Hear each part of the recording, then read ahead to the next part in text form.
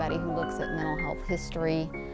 Some of the things that were done in the name of treatment now are horrifying to us. If we look at medical treatment, it's similar. You know, there was a time when they had very limited medical treatment available for folks, or they would just put people in ice baths, or they would use leeches on people. You know, we wouldn't want those things done to us now. And it's the same with mental health treatment. And there were things done believing that they would be helpful that were horrendous.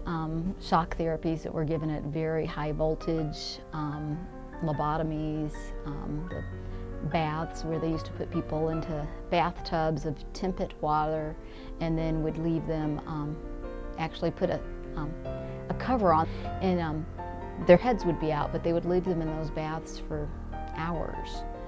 So yes, things have changed dramatically.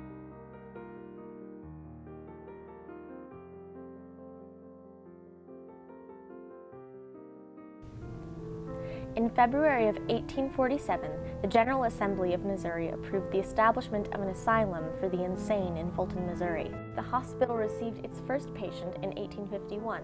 In the beginning, two types of patients were sent to the hospital: those sent by court order and those placed in the asylum by family.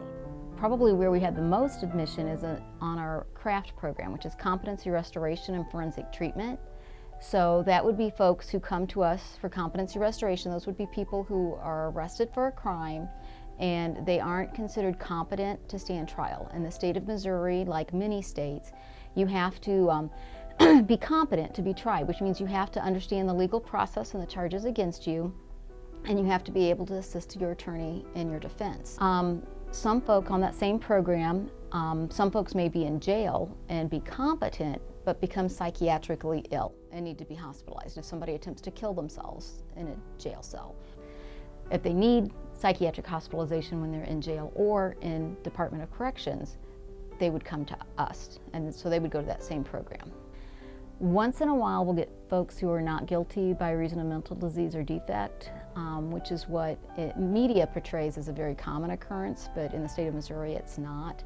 It's what people would call the insanity defense. But those are pretty few and far between that we have those. The state hospital has throughout its history always done its best to educate the community of Fulton on mental health and what they do at the hospital. However, still in the 1940s, the community believed that mental illness was disgraceful and could strike only the truly weak. The hospital began publishing the Hospital Highlights, a newspaper that allowed patients to share their situations. Not only did this educate the community, but also it gave patients self-respect and pride. The community education continued today. When I first started working here, again, it was very different, and clients would go out to the community. I might look down at a client's shoes and say, hey, you need new shoes. They'd hop in my car. We'd go over to accounts. We'd get some money out. We'd go downtown, go to Gidley's, pick them out some shoes, walk down the street to Saul's, give them an ice cream cone, and come back.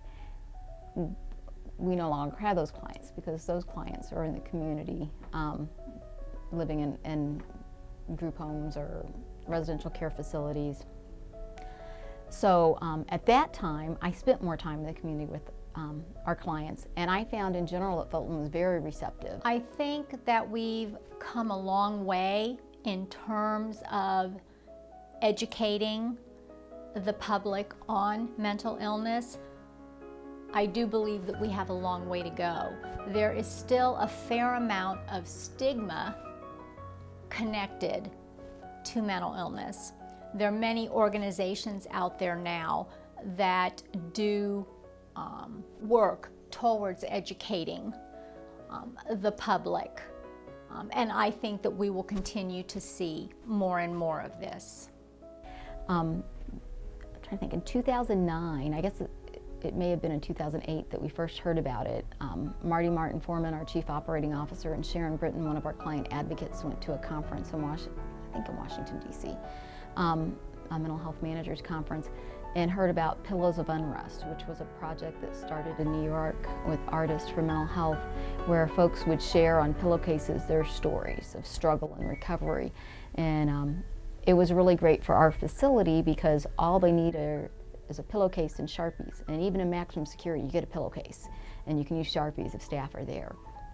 So in 2009, we did our first project where clients all over campus were given the opportunity to participate, and they did, and it just was amazingly powerful. We've displayed them various places. To the community, it's just amazing the reaction that we get. It makes our clients real people to people who will never meet them.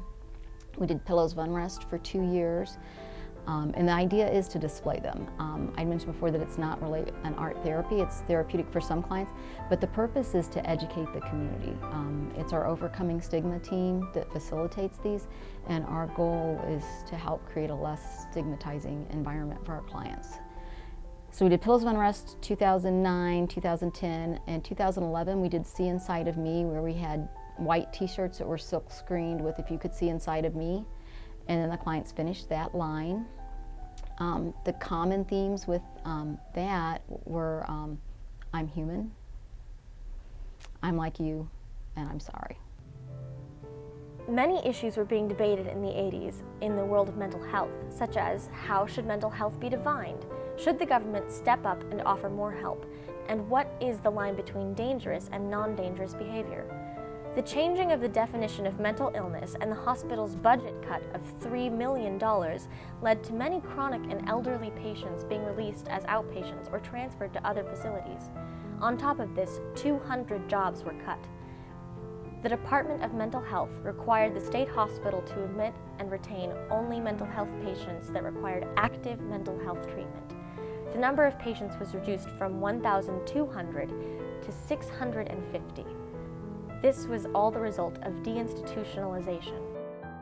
If you think about our country's history, in the 60s there was this great time of civil liberties were our focus. And what we think of and what we remember the most is racial civil liberties, which was huge.